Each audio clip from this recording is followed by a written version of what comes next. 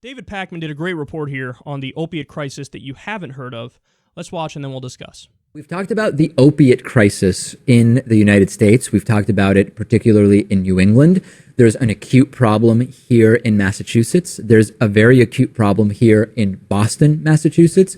But there's another opioid crisis going on, which is about scarcity rather than abundance. We know that in the U.S., opiate abuse has risen drastically. We've been covering it. We're in places where it's a really big deal. But in Asia and in Latin America, in Africa, the problem is the opposite. It's hard to get something stronger than Tylenol sometimes, even for cancer pain, bone fractures, burns, end-of-life type care. It's the exact opposite problem. Opiates too difficult to obtain. And we're actually seeing a problem, Lewis, in Asia, Africa, many other parts of the world where the availability is actually below the global standards that are set by the International Narcotics Control Board. The obvious question is why. It's on the one hand partially because of cost, but the reality is opioids are really cheap. 10 milligrams of your average opiate costs about a penny to make. So cost alone doesn't really explain it.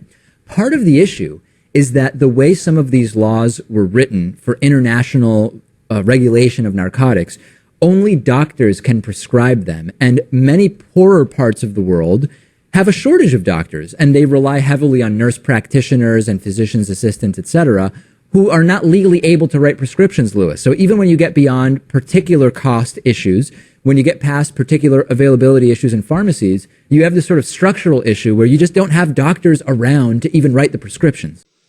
So according to the CDC, do you know how many people die every year from alcohol in the U.S.? 88,000.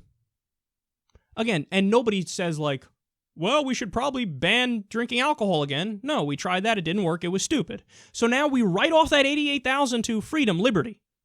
Okay, you made your choice and it is what it is. We don't like it. We don't like that you died, but we're not going to take beer away from Steve down the street because you had issues.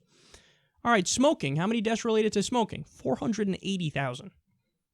There's some chatter about it, but still very few people say we should ban smoking. Okay? When you get to opioid overdose deaths, the thing that everybody, addiction crisis in the U.S. 18,883 deaths. Way more deaths from smoking cigarettes, way more deaths from alcohol. But people focus, opioid addiction, crisis.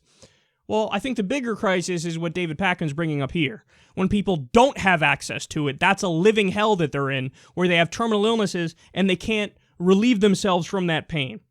And instead of, demonizing the drug and making it seem like it is inherently evil and wrong and bad, what we need to do is have more nuanced conversations and acknowledge that perhaps the picture is more mixed, and I would change the legal status and make all of these legal, taxed, and regulated so that we're actually consistent on our drug policy, and so that, we understand that it's not an on or off thing. You shouldn't have conversations about weed like it's all good and that's it, and you shouldn't have conversations about opiates like it's all bad and that's it. No, the picture is mixed for both of them. We should acknowledge that, and the policy should reflect that.